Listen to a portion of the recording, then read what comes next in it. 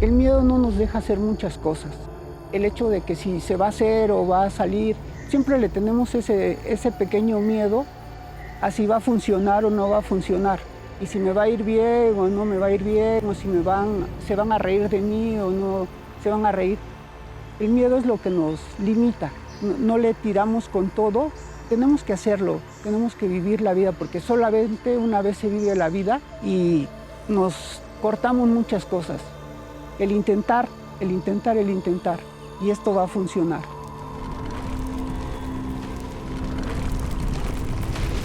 Pues, ¿qué te puedo decir? Tenía 16 años cuando empecé, me llamó la atención todo esto. Primero empecé en la montaña y ya después nos fuimos metiendo como que en la espeleología, que es parte de que hay muchos lugares que no están explorados y te llama la atención. Bueno, a mí me llamó la atención siempre el buscar más cosas, más lugares y caminar por donde la gente no había caminado. Y ya por este tipo de cosas pues, la gente me conocía y luego llegaban extranjeros aquí a Orizaba y me contactaban con ellos para que yo los llevara. Y al ratito pues yo ya me sentía guía y empezaba a llevar gente. Y después pues, tuve que tomar cursos, conocí a Octavio de la Llave, me fui a tomar cursos de primeros auxilios, de técnicas de autorrescate. Y yo ya me vine a explorar y ya tenía todos esos senderos, todo en la parte del filo, hay muchos senderos. Y sacamos esas rutas y yo le preguntaba a la gente, oiga, es que necesitamos un camino. Y la gente decía, no, es que allá arriba no hay caminos, nada. Entonces siempre me llamó la atención andar explorando.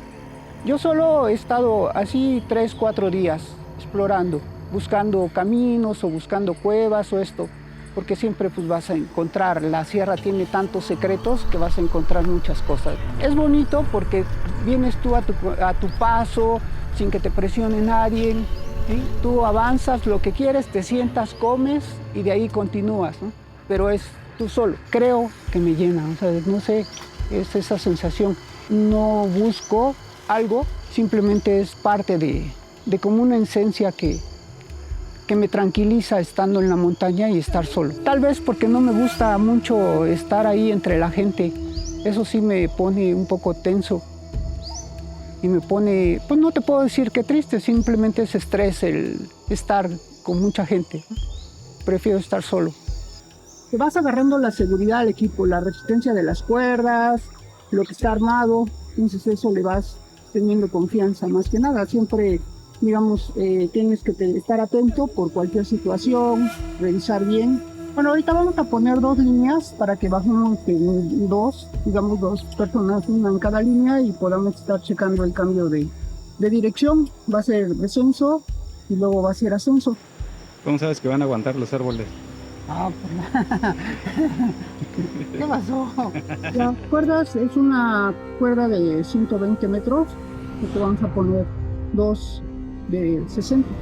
Bueno, a veces las personas cuando están más tensas, hay personas que sí se pueden controlar y hay personas que les cuesta mucho trabajo controlarse a sí mismas. Cuando una persona la dejas en que empiece a llorar, entonces si tú la dejas que cuando empiece a llorar ahí es un poquito problemático porque ya no hace lo que tú le digas, sino hace lo que ella piensa que está bien. Que muchas personas tienen la capacidad de ser ciclistas, tienen la capacidad o tuvieron la capacidad de ser montañistas o buenos corredores, pero es el trabajo. El trabajo es lo que te hace alejarte de lo que te gusta realmente. Porque no te pagan por lo que te gusta, o bueno, ahorita ya te pagan, pero no puedes encontrar una remuneración en lo que te gusta. Y eso nada más lo haces de fin de semana. Y a veces, bueno, cuando ya estás casado, ya tienes una familia, pues ya es bien difícil hacer lo que te gusta y te vas alejando. O desde que me gustó este tipo de cosas, pues me aferré a esto. Después tuve la oportunidad de trabajar y lo puse en la balanza. O me quedo acá o me regreso a donde me gusta.